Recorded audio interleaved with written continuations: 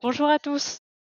La conférence sera donc présentée par Yannick Joret, rattrape-moi si je me trompe dans la prononciation, qui est lead product C'est designer chez ça. Hublot. Et le sujet sera l'importance de se ressembler quand on veut proposer un service original aux utilisateurs. Eh ben c'est parti. J'imagine que vous m'entendez. Alors, déjà, merci beaucoup d'être là. Donc, on va commencer cette conférence sur l'importance de se ressembler quand on veut proposer un service original aux utilisateurs. Alors, en tant que designer, nous sommes constamment à la recherche de la feature qui permettra à nos utilisateurs de mener à bien leur objectif. Pour y parvenir, malgré toute la littérature qui peut exister sur les méthodes, les process, nous avons besoin parfois de nous rassurer et d'aller vite, quitte parfois à copier. Mais pourquoi le faisons-nous? Quels bénéfices, nous designers, en tirons-nous pour nos utilisateurs? Alors aussi, je vous propose de prendre un peu de hauteur et d'essayer de comprendre les mécanismes derrière cette recherche d'originalité. Alors pour commencer, tout est copie. Le clavier de l'ordinateur qui est issu de la machine à écrire, l'intelligence qui est calquée avec parfois de grand peine sur notre cerveau, en tout cas pas sur le mien, l'iPod qui a été calqué sur une création de Dieter Rams dans les années 60, très grand, un des plus grands designers de l'époque. Et en parlant de copie, mon 13 sur 20 au bac d'histoire, je sais, c'est pas une grande fierté, mais je l'ai eu quand même. Alors, la copie en elle-même est indubitablement l'un des mécanismes qui nous fait passer de l'état de mammifère primaire à celui d'espèce qui maîtrise son environnement. Alors, dès l'enfance, vous avez déjà vu un bébé, eh bien, ce bébé va reproduire les sons émis par ses parents, puis les attitudes corporelles. C'est comme ça qu'il apprend à parler une langue, marcher ou manger avec une cuillère, par exemple. Le mimétisme articule les désirs des individus. Il est une sorte d'interactionnisme. Mon désir, pas spécialement le mien, mais le désir de tout le monde, provient du mimétisme du désir de l'autre. Par exemple, chez l'homme, l'imitation des gestes, des manières et de la posture d'autrui, ce qu'on appelle l'effet caméléon, est en effet une façon de resserrer les liens sociaux. Quand une personne nous imite, on a tendance à davantage l'apprécier, nous sommes plus généreux et avons plus d'empathie envers elle. C'est, sans nous en rendre compte, ce comportement instinctif qui est hérité de nos lointains ancêtres qui favorise la survie dans le groupe. Alors, pour illustrer ça, je voudrais qu'on prenne exemple sur le culte du cargo. En pleine Seconde Guerre mondiale, le 7 août 1942, alors vous voyez, je fais un peu d'histoire, malgré mon 13 sur 20 en histoire, je me permets quand même de faire un peu d'histoire. Des indigènes habitant l'île de Guadalcanal dans le Pacifique avaient constaté que les radio-opérateurs des troupes au sol semblaient obtenir l'arrivée de navires ou le parachutage de vivres et de médicaments. Et tout ça simplement en les demandant depuis un poste radioémetteur. Ces indigènes eurent alors l'idée de les imiter et ils construisirent, de leur mieux, des fausses cabines d'opérateurs radio avec des postes fictifs dans lesquels ils demandaient eux aussi, dans de faux micros, l'envoi de vivres et de médicaments et autres équipements dont ils pouvaient avoir besoin. Un peu plus tard, ils construiront même des fausses pistes d'atterrissage en attendant que des avions viennent y décharger leur cargaison. Ce phénomène de reproduction a donc été nommé le culte du cargo. Alors pour ceux qui aiment la musique et qui aiment bien Serge Gainsbourg, celui-ci avait écrit une chanson très célèbre, enfin relativement célèbre, qui s'appelait Cargo Culte et qui est dans l'album L'histoire de Melody Nelson. Alors je ne vais pas vous la chanter, je chante assez au bureau comme ça, donc je vais vous épargner cette torture. Pour reprendre cette notion de copie et de mimétisme, eh bien le mimétisme avec une personnalité connue, un membre de sa famille ou un ami, va permettre de s'insérer dans un milieu social. Cette forme d'empathie, pour l'autre, donne l'impression de pouvoir ressentir ce qu'il ressent afin d'utiliser les mêmes codes vestimentaires, idéologiques ou comportementaux. Alors, quand on parle d'empathie, quand on parle de comprendre ce que l'autre ressent, je pense qu'on peut parler aussi du rôle de designer et de cette façon qu'il va avoir de se mettre à la place de son utilisateur. Mais on y reviendra un peu plus tard. Je voudrais d'abord vous parler de ce projet qui a été initié par le photographe Harry Verspies et la styliste Ellie Huttenbrook, qui ont lancé depuis maintenant très longtemps Exactitude. Un projet qui, pour faire simple, est un enregistrement visuel saisissant de plus de 3000 types sociaux soigneusement différenciés que les artistes ont documentés au cours des 20 dernières années.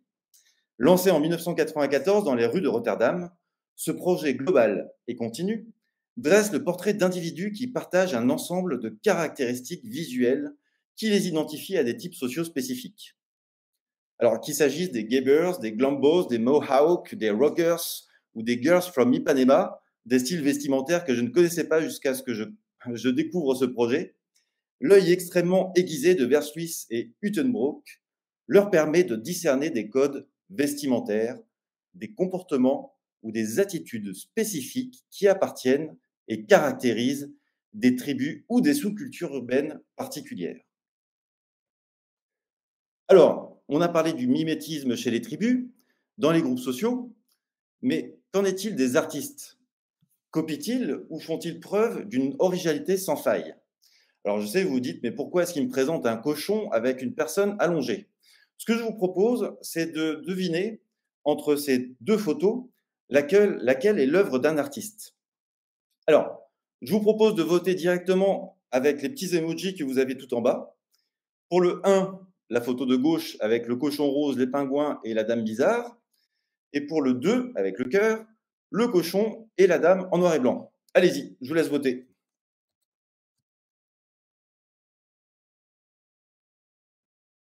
Ah ah, suspense. Est-ce qu'il y en a qui ont trouvé? Eh bien oui, c'est le cochon rose avec les pingouins qui est l'œuvre de Jeff Koons. La seconde pub est pour Naf Naf.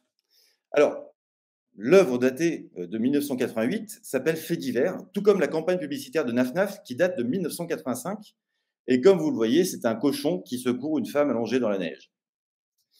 Alors, Jeff Koons, qui avait bien entendu plagié la pub de Naf Naf, n'a pas vraiment retenu la leçon après avoir été condamné. Non, non. Son second fait d'armes pour plagiat concerne sa structure naked, que la Cour d'appel de Paris a reconnue comme étant une contrefaçon d'un cliché du photographe Jean-François Boré en 2019.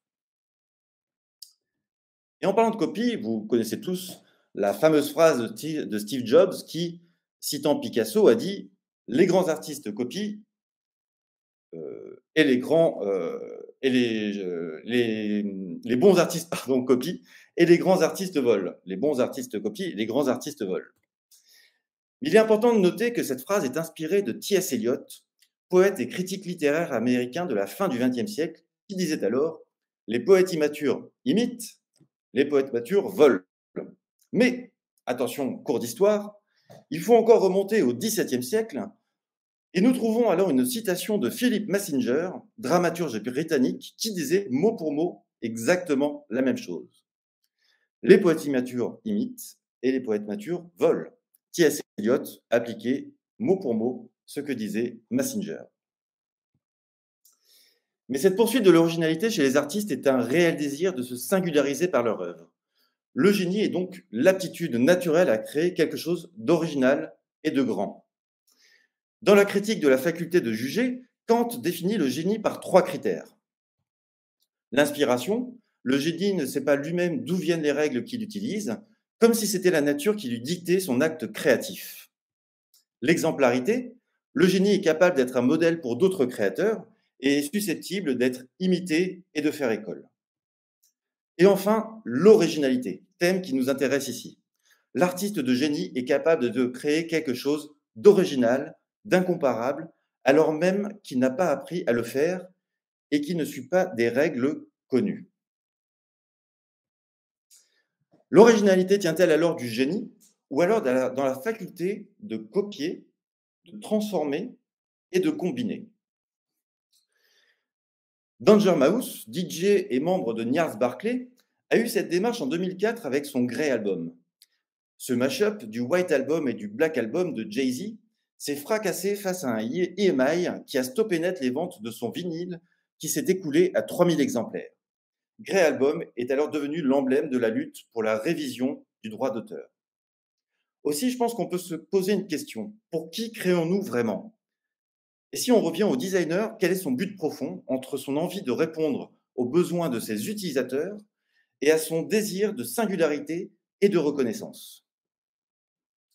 Afin de répondre à cette question, je vous propose de catégoriser les designers en trois types.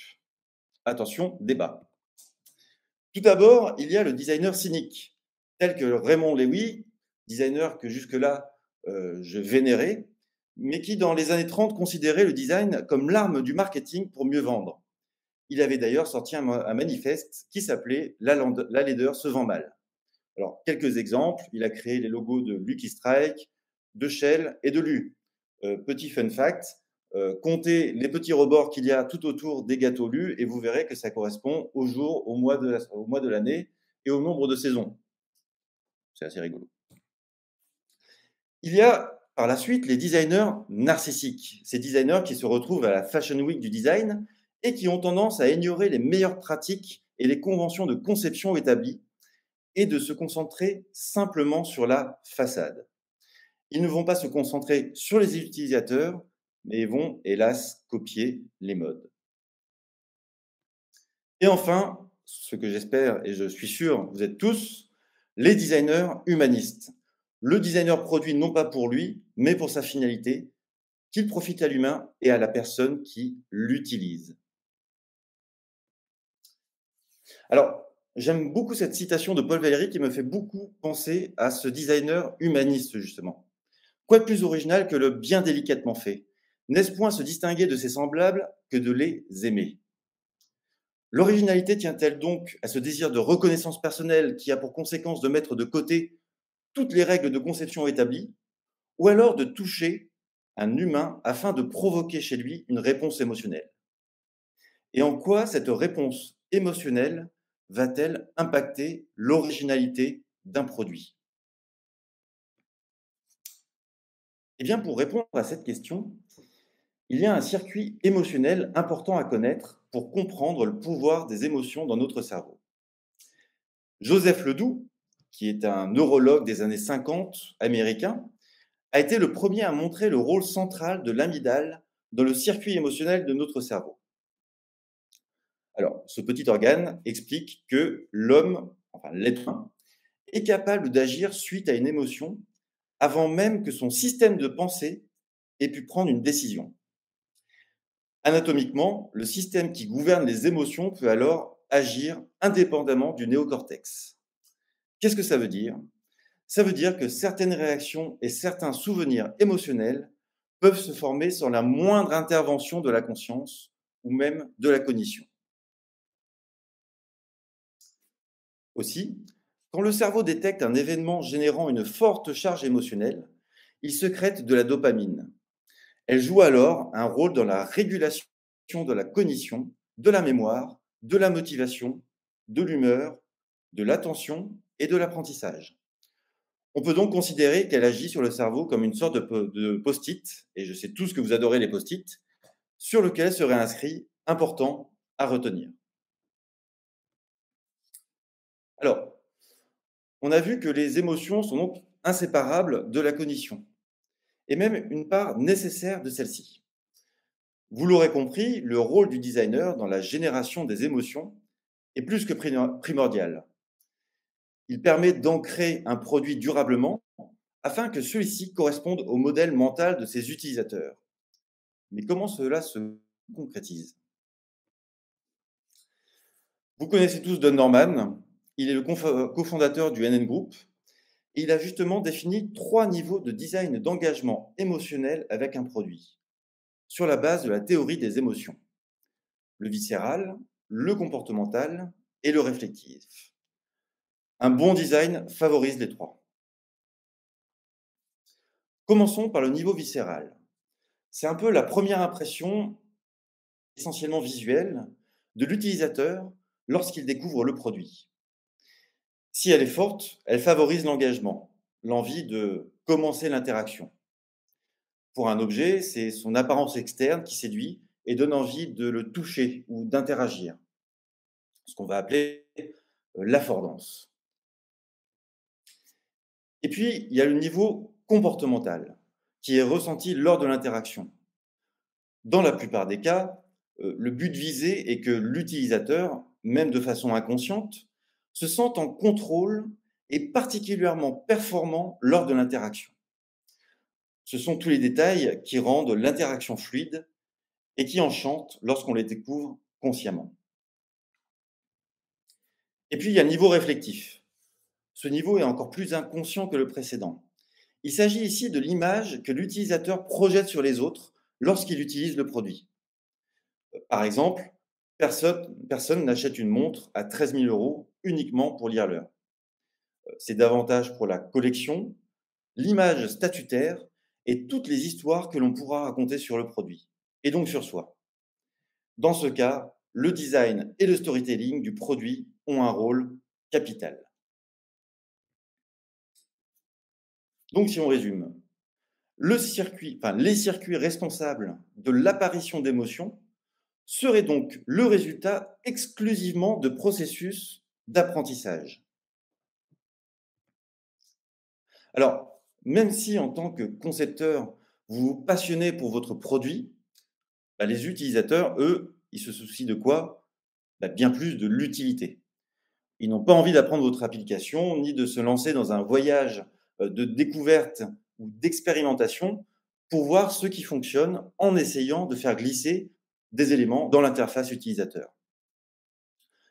Les conventions de conception, qu'il s'agisse de conception de produits numériques ou de conception industrielle, par exemple une voiture ou un vélo, sont ancrées dans le comportement humain, comme nous l'avons vu, mais aussi dans la mécanique, dans la physique, les sciences et les recherches approfondies.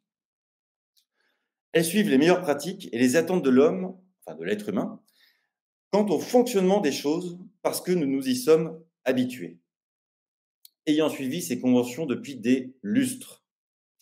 Ces conventions ont été élaborées par des essais et des erreurs et se sont avérées très efficaces au fil du temps, un peu comme l'évolution. Alors, attention, suivez bien, je vais dire plusieurs fois des mots avec la base utile. Vous êtes prêts? Dans cette optique de rendre une interface utilisable, l'utilisabilité est un attribut de qualité qui évalue la facilité d'utilisation des interfaces utilisateurs.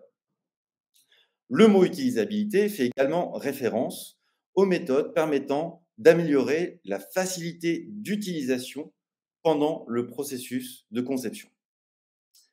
Alors, justement, à votre avis, de combien de composantes de qualité est définie l'utilisabilité? Encore une fois, je vous laisse interagir et je vous laisse essayer de deviner s'il y en a 3, 4 ou 5. Donc, combien d'attributs d'utilisabilité existent à l'heure actuelle? Quel suspense! Est-ce que tout le monde a trouvé? Est-ce que tout le monde a bien révisé? Eh bien, il en existe 5.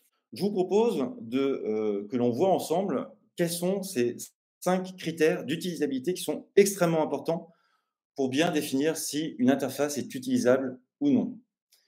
Il y a l'efficacité. En combien de temps l'utilisateur arrive-t-il à réaliser une tâche?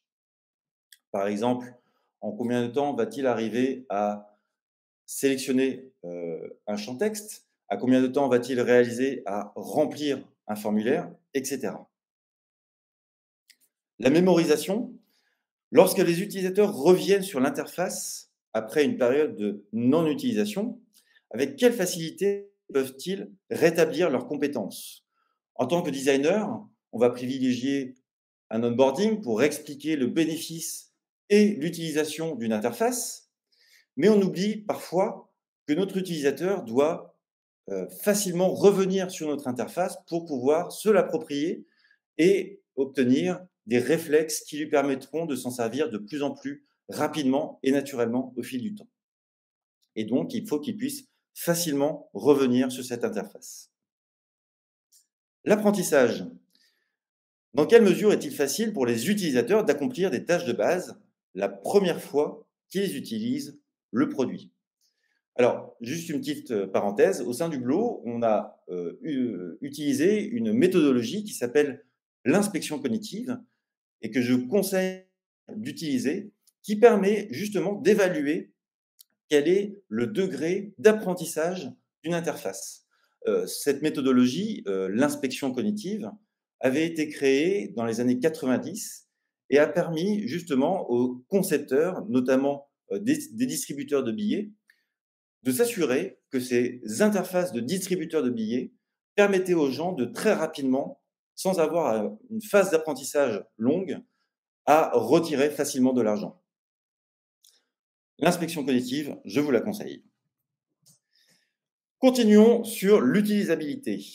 Le quatrième point est la satisfaction. À quel point l'interface est agréable à utiliser. Alors la satisfaction, je pense que c'est quelque chose que vous connaissez tous. On va envoyer des sondages, on va envoyer des mesures, des échelles qui permettent de savoir si l'utilisateur est satisfait ou non de l'interface. C'est des éléments pour lesquels il faut faire très attention à utiliser avec parcimonie. On a fait des tests chez Hublot qui nous permettent d'évaluer la satisfaction d'une interface via les textes à trous. À l'instar des échelles qui sont des échelles graduées, on est parti du principe qu'une échelle graduée était plus subjective. Quand je mets une note de 3 ou de 4 sur une échelle de 1 à 10, à quoi correspond le 3 ou le 4 pour moi sur mon échelle de valeur personnelle? On s'est dit, pourquoi pas poser une question. Par exemple, est-ce que vous avez pensé que cette nouvelle feature vous a permis de 3 petits points? Et là, les personnes nous donnent des réponses qui sont beaucoup plus faciles à analyser et qui sont en fonction de l'expérience qu'ils ont vécue pendant ce parcours utilisateur. Et enfin, les erreurs. Combien d'erreurs fait-il et comment arrive-t-il à les corriger? La gestion de l'erreur, c'est quelque chose qui est très, très souvent malmené par les designers, par manque de temps, par manque d'intérêt. Mais n'oublions pas que l'être humain se construit par un ensemble d'essais-erreurs et c'est ça qui lui permet de s'approprier une interface. Et c'est pour ça qu'il est très important de bien concevoir les erreurs qui sont affichées sur une interface pour s'assurer que si je fais une erreur une première fois, je ne la fasse pas une seconde fois. Alors, à la lumière de tous ces éléments, en quoi se ressembler favorise l'originalité d'un produit? Eh bien, je pense qu'il est important de noter qu'est-ce qui permet à la fois de ne pas casser les codes existants tout en rendant l'expérience unique. En gros, comment faire en sorte d'utiliser tout ce qui nous permet de créer une expérience que l'utilisateur va retrouver dans d'autres interfaces, mais en rendant justement cette expérience complètement singulière et unique. Eh bien, si on résume, il est important de créer des modèles récurrents basés sur les conventions de conception afin que l'utilisateur n'ait pas à réapprendre constamment l'interface. En effet, il est important de se dire, comme une voiture ou un ascenseur, eh bien une voiture, je vais toujours mettre le volant à gauche, un ascenseur, je vais toujours mettre les boutons à un endroit précis pour que l'utilisateur n'ait pas à réfléchir lorsqu'il rentre dans cet espace. Charge à nous de créer cette expérience qui va rendre ce moment pour l'utilisateur original et intéressant. Il faut également augmenter le degré d'affordance d'une innovation. Quand je dis le degré d'affordance, c'est à quel point il va pouvoir s'approprier rapidement cette innovation, afin d'ancrer le produit dans l'esprit de l'utilisateur, car, comme vous l'avez vu précédemment, les habitudes ancrées, et donc ce qui arrive en mémoire de l'utilisateur, ne s'effacent pas si facilement. Rappelez-vous, c'est grâce aux émotions que l'on va ancrer ces impressions dans l'esprit de l'utilisateur. Et enfin, il est très important de mettre de la séduction au cœur de l'usage. Alors, ça peut paraître un peu subjectif comme ça, mais avec un design séduisant, on se sent bien. Cela rend plus créatif et donc à même de résoudre des problèmes sur lesquels on travaille. Je prends un exemple, Hublot qui est une interface complètement métier. Eh bien, on a à cœur de justement faire en sorte de rendre l'expérience très agréable parce que nos utilisateurs, qui sont des soignants, utilisent d'autres applications. Et dans ce but-là, il faut que l'expérience qu'ils vont vivre dans d'autres applications et qu'ils ont l'habitude d'utiliser, eh bien, il ne faut pas que cette expérience soit complètement décorrélée de celles qu'ils vont avoir dans leur application métier. Donc, on va porter une attention particulière pour s'assurer que cette expérience soit aussi vécue au sein de l'interface de l'application de Hublot. Et donc, c'est pour toutes ces raisons que les interfaces émotionnelles fonctionnent mieux, leur conférant ainsi toute leur originalité. Alors, avant de finir cette présentation, je tiens à vous citer une citation de euh, Maya Angelou, qui est une écrivaine, poète et icône de la lutte pour les droits civiques, et qui m'a fait beaucoup écho sur le rôle du designer. J'ai appris que les gens oublieront ce que vous avez dit, que les gens oublieront ce que vous avez fait, mais les gens n'oublieront jamais ce que vous leur avez fait ressentir. Merci beaucoup pour votre présence. J'espère que tout ce que je vous ai dit vous a intéressé et je suis à votre disposition si vous avez des questions.